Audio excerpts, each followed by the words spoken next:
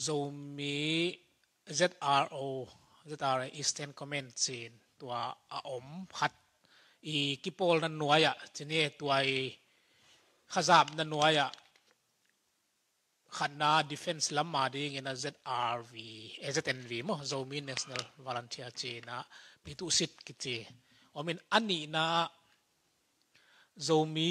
Political Coordination Committee chini gen enana dena chi au choji lamai zongin upadi lamai zongin mo asem ding chi political committee khatom coordination committee omin tua sunga akihel bipil misiam amin gen thekengin gen kenin chinin ma bipil misiam zomi te in tua i political ngim na lian evizil lian pen dena ka chi zogam state mo hi na tua ding in zong mi pil misiam te na tua ZPCC chini zomi Political Coordination Committee china tuaina izogam to kisai na zogam ine ding zogam state chini ine ding zogam state to kisai na upadi legislative to kisai zogina agel ding a drafting committee mo ama hong van ding chi thu ommo in tua pen zomi sunga zong hi apil asiam te kichial ding to chiang ina gen te na international hi internet ga leitung bupa lam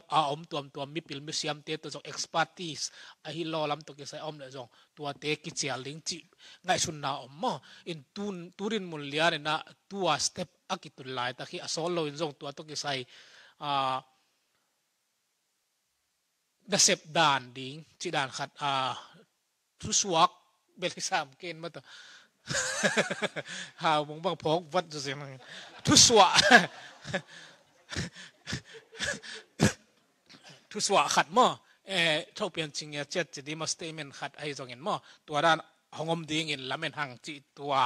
in tua to ke sai na zomi te sung pan jong i jong ei na ang atel te tua asiam te tua kichial ding na gamdang panina gen te na hi acham legal term to kisai zong asiam te zong ken sak ding chi gel na mi tua pen tua hangina den suna i sum to kisai zak sak na zong mo in ZDF fund pen tua lama zong akisang ding pol khat mi chi tua khat ina khala ya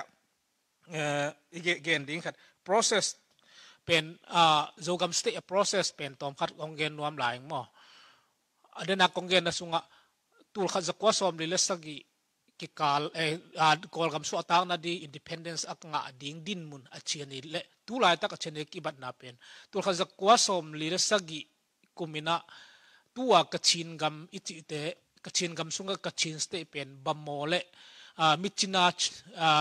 chaiwan kitin tua gam teng pen kachin pi ne hiloi ve ayang pen lung sa cho aki chou di chiang ina amao pen tua pen ko gama ding in nong ko keu le ko thukim lo yung chingam mo in to chiang ina sian ten jong to bang ngen na ne in tua mi pi unity aki supply ta khin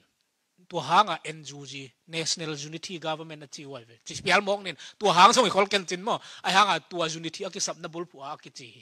tua lai ta kena eizo mi te a pen abang ma kingen hello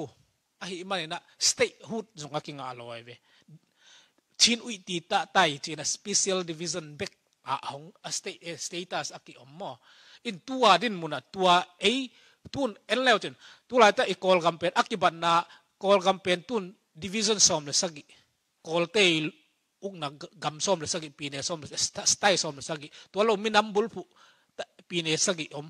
tua teng pen tua da na gam lim apai den ding hiloi ve tua hanga tun gen te na India khong pen a process along a sao ichi pen amao constitution kip tak nei hina ichianga a process tua state khati state nga na ding ai kele minam khati state nga na ding pen constitution na a fula mo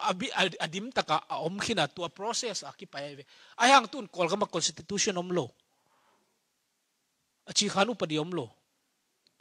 tua ahi chak tak chiang in hun khat chiang na kol gam tua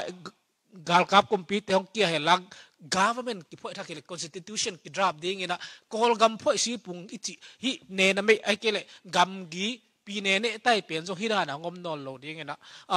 hong ki residing mo kolte khat be khong nei ding ai veตัวเจียงมีน้ำดังเตียนส่งขัดตาของในดิ่งตัวหุ่นตักเจียงอินเอ็นโบเขาเลยหังไอ้ process เป็นอ่ะหอยละเหมือนกันนี่มั้งของซอสคอลโลไม่เทดิ่งจีลุงซิมฮีมั้งอินตัวง่ายสุดนะเฮตัวเป็น evasion ดิ่งฮีตัวหางconstitution อักกิบซาเอาไม่เลยหังตัวไปดิ่งหินตุนเป็นตัวอมนายโลขัดเป็นบอลลายดิ่งตัวสุงลูดขัดเทดิ่งนะอีกถอยนี่จีง่ายสุดนะเห็นจีตัวกะหุ่นจิงเปลี่ยนเทตายนั่นตัวเอ็นตัวมันเนี่ยนะตัวเต็งโตองคุบบอลนี่ไงลงได้ไปเลย